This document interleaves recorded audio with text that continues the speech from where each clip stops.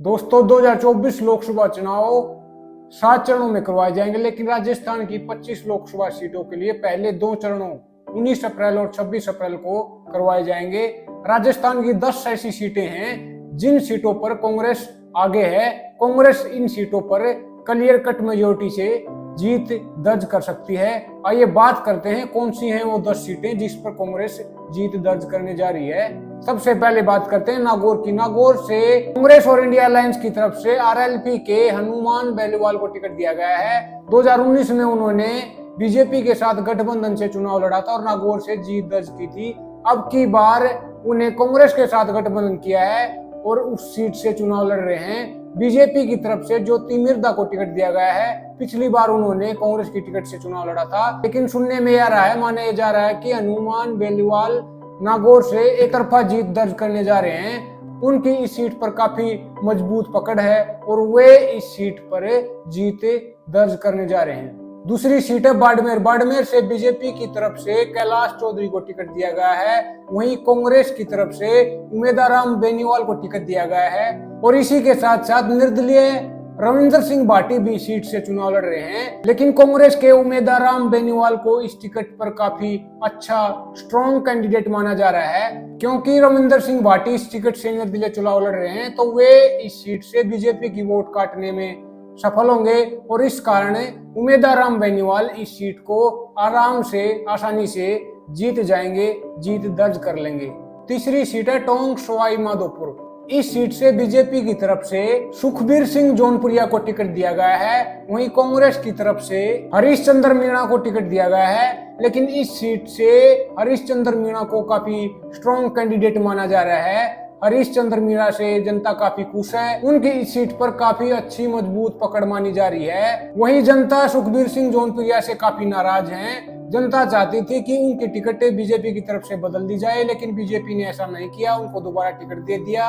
इस कारण हरीशचंद्र मीणा इस सीट पर काफी अच्छी मजबूत पकड़ बनाए हुए हैं और वे इस सीट पर जीत दर्ज करने जा रहे हैं।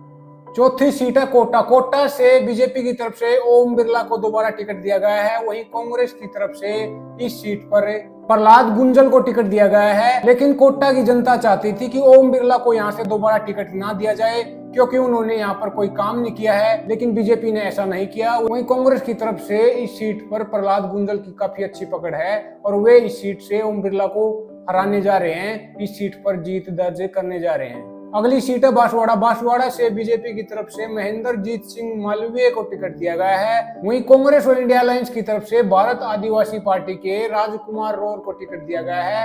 इस सीट पर राजकुमार रोर की काफी अच्छी मजबूत पकड़ मानी जा रही है और वे इस सीट से बीजेपी के कैंडिडेट को हराने जा रहे हैं और इस सीट पर वे जीत दर्ज करने जा रहे हैं। अगली सीट है चूरू। चूरू से बीजेपी की तरफ से पैरालंपियन देवेंद्र झाझरिया को टिकट दिया गया है। वहीं कांग्रेस की तरफ से राहुल कसवा को टिकट दिया गया है। राहुल कसवा ने हाल ही में बीजेपी छोड़कर कांग्रेस ज्वाइन की थी, क्योंकि बीजेपी ने राहुल कसवा को टिकट देने से मना कर दिया था, उनका टिकट इस सीट से काट दिया था। लेकिन चूरू की जनता राहुल कसवा के साथ है और वे इस सीट से बीजेपी को हराने जा रहे हैं, देवेंद्र झाझरिया को हराने जा रहे हैं और राहुल कसवा और उनके परिवार की चूरू की सीट पर काफी अच्छी मजबूत पकड़ है और वे इस सीट से जीत दर्ज करने जा रहे हैं। अगली सीट है जयपुर ग्रामीण। जयपुर ग्रामीण की सीट से बीजेपी की तरफ से राव राजेंद्र सिंह को टिकट दिया गया है।